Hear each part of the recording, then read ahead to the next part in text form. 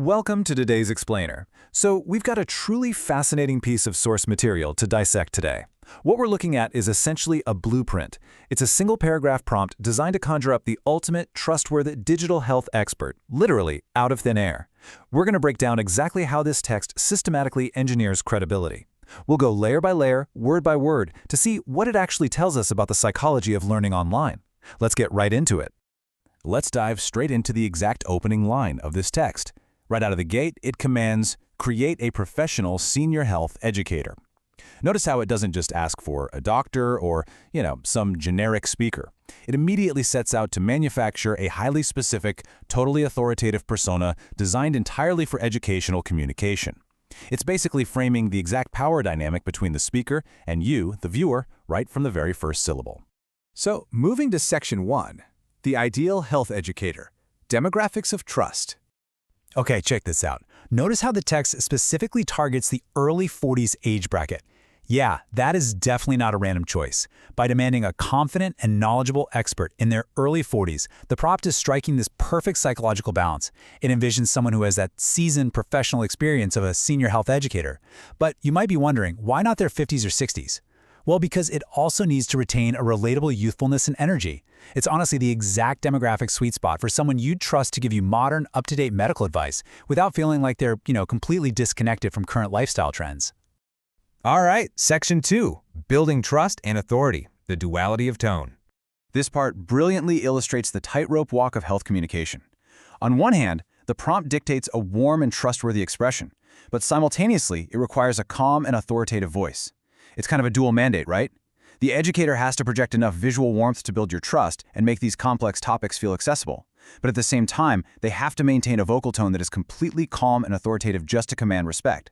It's basically the ultimate digital bedside manner, meticulously coded into just a few words. Moving on to Section 3, the educational environment, staging the scene. So, by layering a crisp, clean white lab coat over business casual attire, the text creates this approachable yet absolutely undeniable scientific authority.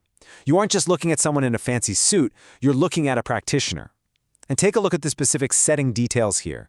Placing the educator in a modern healthcare education center against a clean medical background full of charts and health posters, the prompt is systematically constructing an environment of unquestionable medical authority. Literally, every single pixel of that background is designed to whisper to you, hey, this person knows exactly what they are talking about.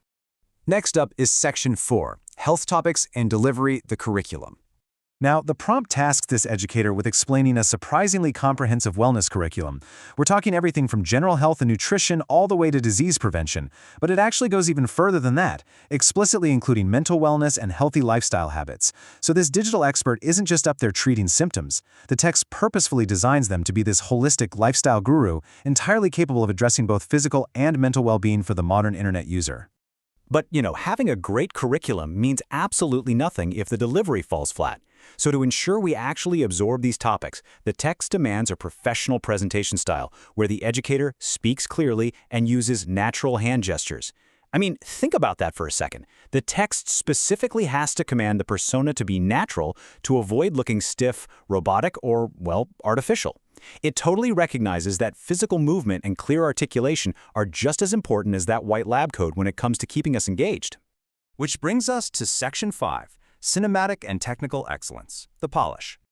Now, this technical blueprint builds a genuinely hyper-realistic aesthetic. It doesn't just ask for some basic video, no way. It demands ultra-realistic 4K quality and bright clinical lighting. It even goes so far as to specify high-detail skin texture and realistic facial expressions. This is completely about selling the illusion. The text fully acknowledges that to establish real authority in an educational context, the technical presentation just has to be flawless. It needs to be so incredibly textured and real that you completely forget you're looking at a constructed scenario, and you just naturally absorb the information. What's really, really interesting here is the specific request for a cinematic depth of field. By explicitly writing this into the prompt, the blueprint ensures that your eyes remain locked entirely on the educator and those ultra-realistic facial expressions. The background charts and posters? Yeah, they are there for context, for sure, but the depth of field blurs them out just enough to filter out any visual noise. It's a classic cinematic trick used to literally force your focus exactly where the creator wants it, right on the authority figure. As we wrap up this explainer on the anatomy of digital authority, we've seen how every single element, from the early 40s age bracket to the clean white lab coat, all the way down to the high-detail skin texture, is intentionally engineered to make us listen and believe. So I want to leave you with this thought to chew on the next time you're learning something online. If trust and expertise can be so perfectly mathematically engineered through lighting, wardrobe, and tone, what actually makes a digital educator truly authentic? It's a wild thought, right? Keep that in mind as you navigate the web. Thanks for joining me on this deep dive today, and keep learning.